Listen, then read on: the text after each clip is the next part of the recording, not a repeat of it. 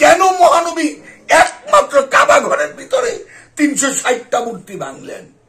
বাইরের মূর্তি ছিল না তখন? তো সৌদি আরব, মিডল ইস্টে কি মূর্তি ছিল না? না ছিল না। এই কাবা ঘরে যে 360টা মূর্তি ভাঙলেন, এই 360টা মূর্তির রহস্য কি? দয়াল বাবা জাহাঙ্গীর, দয়াল বাবা জাহাঙ্গীর, দয়াল বাবা জাহাঙ্গীর, বাবা জাহাঙ্গীর তুমি আমার রহমতুল্লিল আলামিন।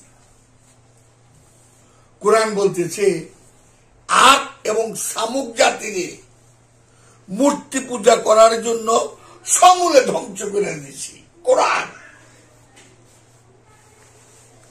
সমূলে মানে বাংলাতে বলে গোড়ার থেকে একেবারে গোড়া শিকড় সহকারে উপরে ফেলাই দিয়েছি, সমূলে ধ্বংস করে দিয়েছি।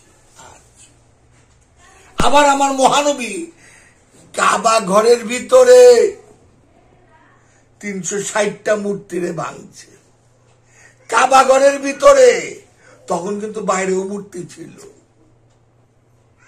ছিল না বাইরে মূর্তি?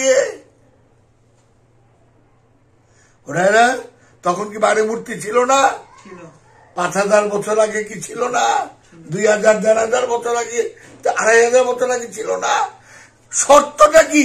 কাবা ঘরের ভিতরে 360টা মূর্তি ভাঙছে। মহানবী তো বাইরের মূর্তি ভাঙে নাই, বাইরে তো মূর্তি ছিল না? ছিল না? কিছুদিন আগে আফগানিস্তানে একটা বিশাল বড় গৌতম বুদ্ধের মূর্তি, বিশাল বড়, এই তালেবানরা বোম মাইরা ভেঙে ফেললো। সেই মূর্তি 5000 বছর আগের মূর্তি। কেন মহানবী একমাত্র কাবা ঘরের ভিতরে 360টা মূর্তি ভাঙলেন? বাইরের মূর্তি ছিল না তখন? তো সৌদি আরব, মিডল ইস্টে কি মূর্তি ছিল না? না ছিল না। এই কাবা ঘরে যে 360টা মূর্তি ভাঙলেন, এই 360টা মূর্তির রহস্য কি? কি রহস্য? বাইরের তো কোনো মূর্তি মহানবী ভাঙলেন না, কাবা ঘরের ভিতরে মূর্তি ভাঙছে। তাহলে কাবা ঘরটা কি রহস্য? একটু গবেষণা করে।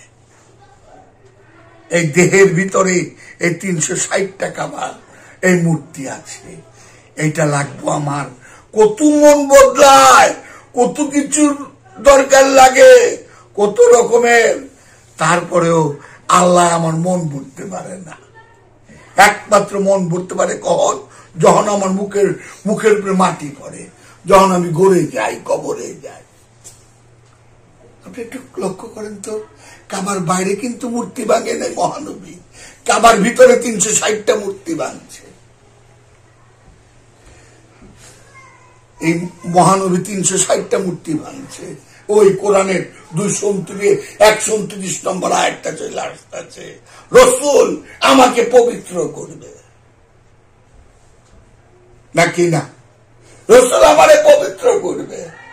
কাবা ঘরে 360টা মূর্তি কে ভাঙবে?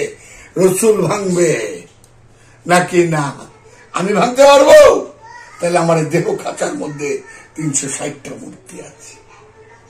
ও বাইরে তো মূর্তি ছিল, মহানবী তো ভাঙে নাই, ছিল না। ইতিহাস খুঁজে দেখেন। আমি এখনো দেখি টেলিভিশনে ভারতে 2000-2500 বছর আগের মন্দির ছিল না? ছিল না? দয়াল বাবা জাহাঙ্গীর, দয়াল বাবা।